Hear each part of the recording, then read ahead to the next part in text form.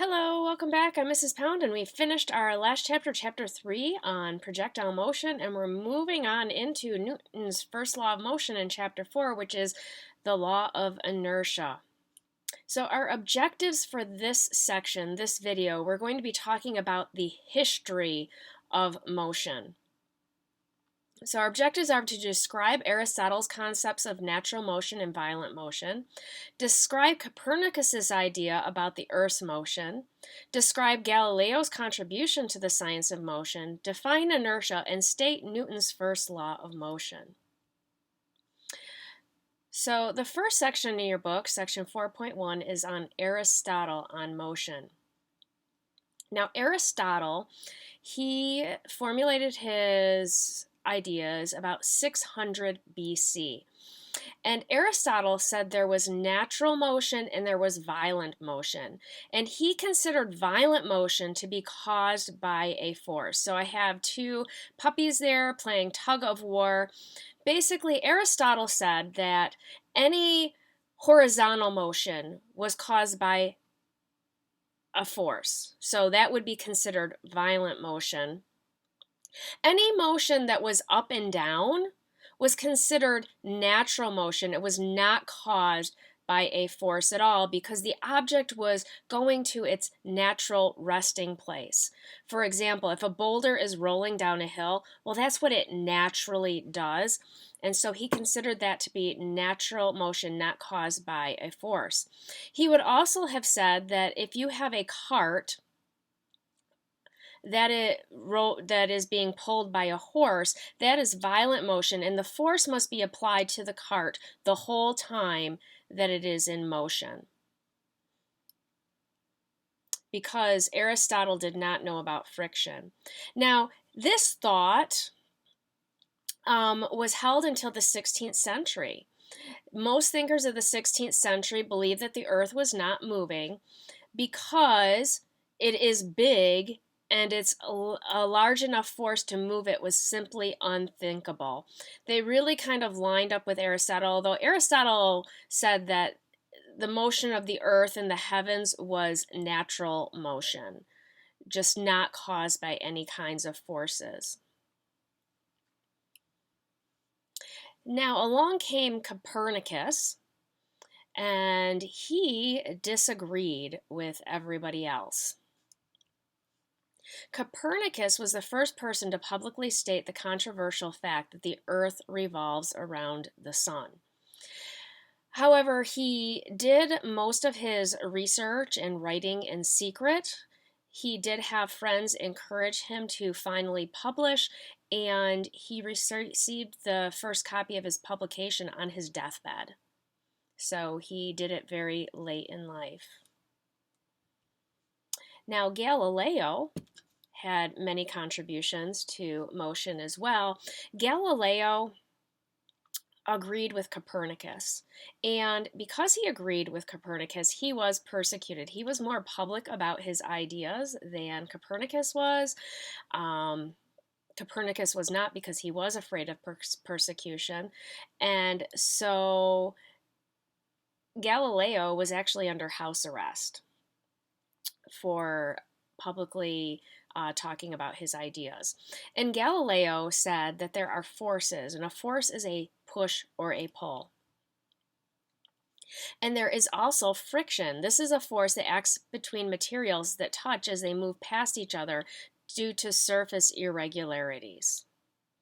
And it's these surface irregularities that catch as they rub across each other.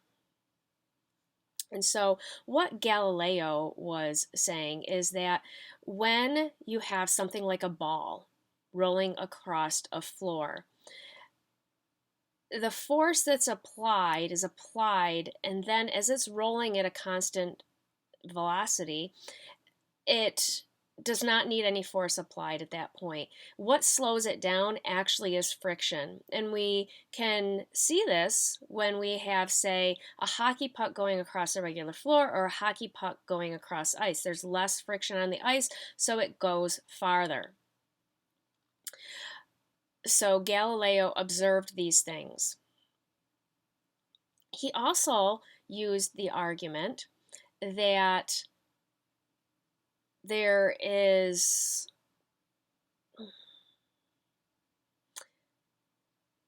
he also used the argument that if you have two inclined planes, if a ball is released from the top of one and it goes to the other side, it will go the same height on the other one in the absence of friction. So the smoother you get the surfaces, the higher it will go. He also talked about inertia, which is a resistance to change in motion, and that forces needed to be applied in order to change the motion. So here we see Galileo's idea in action on a roller coaster. Galileo found that a ball rolling down one inclined plane would roll up to the same height on another inclined plane. Now, then along came Newton. Newton was born on Christmas of the same year that Galileo passed away.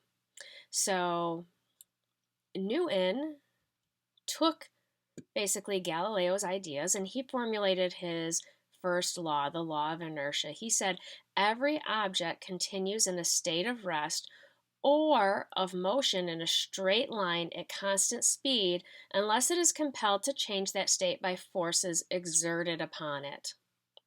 So here in this picture, I have a bowling ball and some bowling pins.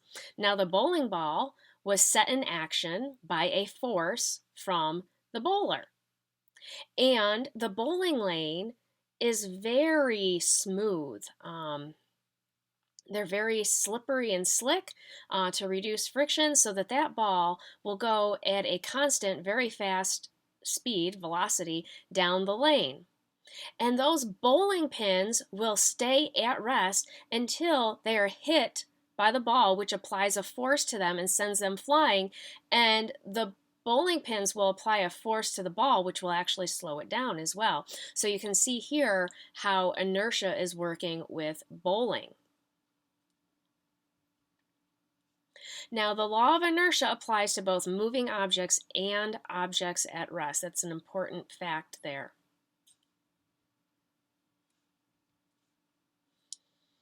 Other areas where we see inertia acting are, say, in a car.